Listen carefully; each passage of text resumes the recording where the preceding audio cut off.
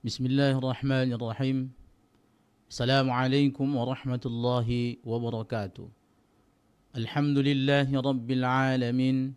Hamdan wa syukran lillah.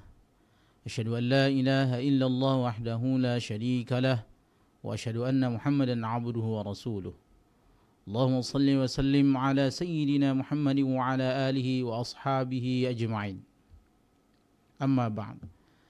Alhamdulillahi rabbil alamin. Puji syukur kita kepada Allah Subhanahu wa taala yang telah memberikan kita nikmat, baik nikmat iman, Islam, keberkahan, hidayah dan juga ridhanya. Dan juga nikmat kesehatan sehingga kita dapat melaksanakan puasa Ramadan dengan sehat, kuat dan penuh barakah. Salawat dan salam mari kita hadiahkan kepada Nabi kita Muhammad sallallahu alaihi wasallam. Kaum muslimin wal muslimat yang dirahmati Allah. Banyak di antara kita, kaum muslimin wal muslimat, mengerjakan puasa, salat, tapi bermaksiat. Menurut para ulama, orang-orang yang begini termasuk orang-orang yang sia-sia dalam beribadah. Kenapa? Karena masih berbuat maksiat. Sebagaimana firman Allah Subhanahu wa taala. Bismillahirrahmanirrahim. Inna salata tanha 'anil fahsya'i wal munkar. Sesungguhnya salat itu mencegah perbuatan keji dan mungkar. Nah, maka ayat ini menunjukkan bahwa orang yang sholat itu pasti terhindar dari perbuatan keji dan mungkar. Nah, kenapa masih ada orang yang sholat, puasa, tapi berbuat maksiat? Berarti ada salah dalam sholatnya itu. Bagaimana solusinya? Tetaplah berpuasa dan sholat. Lalu segera bertaubat nasuha dan memperbaiki kualitas ibadah agar dampaknya terasa dalam mencegah perbuatan keji dan mungkar. Jangan berhenti beribadah, karena sholat adalah sarana utama mendekatkan diri dan mencegah maksiat. Evaluasi kembali kekhusyukan, bacaan dan niat sholat agar lebih bermakna, serta hindari teman atau lingkungan yang mendekatkan diri kita kepada maksiat. Kaum muslimin wal muslimat yang dirahmati Allah, ada beberapa hal yang harus kita lakukan. Yang pertama, jangan putus asa dan berhenti beribadah. Tetap sholat meskipun masih berbuat dosa. Sholat yang benar akan mencegah kemaksiatan secara bertahap. Berhenti sholat justru menambah kemaksiatan yang kita lakukan. Yang kedua, perbaikin sholat kita. Kemungkinan sholat belum mencegah maksiat karena kurang khusyuk, belum sempurna niat yang kita lakukan karena niatnya hanya masih kewajiban. Sesungguhnya sholat itu untuk beribadah kepada Allah Subhanahu wa taala, untuk mendekatkan diri kita kepada Allah Subhanahu wa taala. Kemudian pahami bacaan solat itu, gerakannya, gerakan solatnya, dan makna-makna bacaan yang ada di dalam Al-Quran tersebut.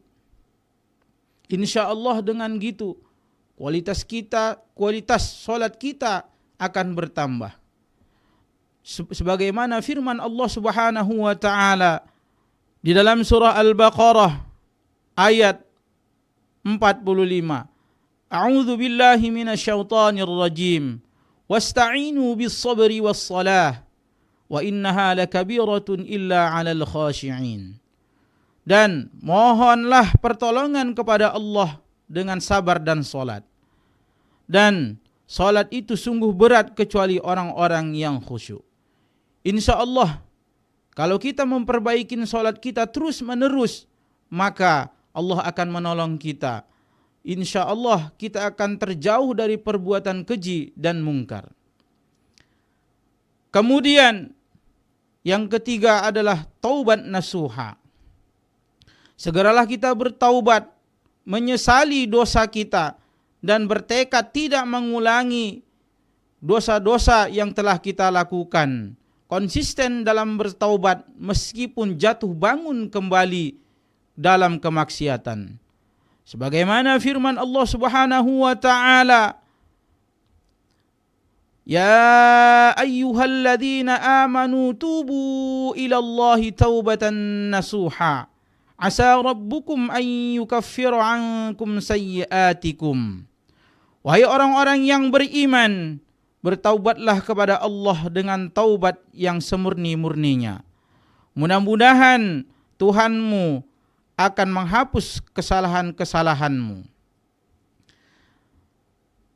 Dengan bertaubat dan tidak mengulangi maksiat-maksiat yang kita lakukan terdahulu, insya Allah ibadah-ibadah kita yang lalu-lalu dan yang akan datang akan diterima oleh Allah Subhanahu wa taala. Yang keempat ialah meningkatkan kualitas puasa dan amal soleh kita. Puasa adalah efektif mengekang hawa nafsu kita dan melatih diri kita menahan nafsu. Perbanyak puasa sunnah dan amalan-amalan soleh setelah bulan Ramadan. Insya Allah dengan begitu terhindar dari perbuatan maksiat. Kemudian yang kelima, hindari lingkungan yang bermaksiat. Carilah lingkungan dan teman yang mengajak pada kebaikan atau perbuatan amal baik agar mendukung perubahan kita dalam bertaubatan nasuha. Kaum muslimin wal muslimat yang dirahmati Allah, itulah beberapa hal yang harus kita lakukan supaya kita dapat memperbaiki kualitas solat dan puasa kita. Mudah-mudahan Allah memberikan kemudahan kepada kita dalam melaksanakan ibadah setelah bulan Ramadan ini. Demikianlah kultum singkat ini, semoga bermanfaat bagi kita. Wabillahi taufiq wal hidayah. Wassalamualaikum warahmatullahi wabarakatuh.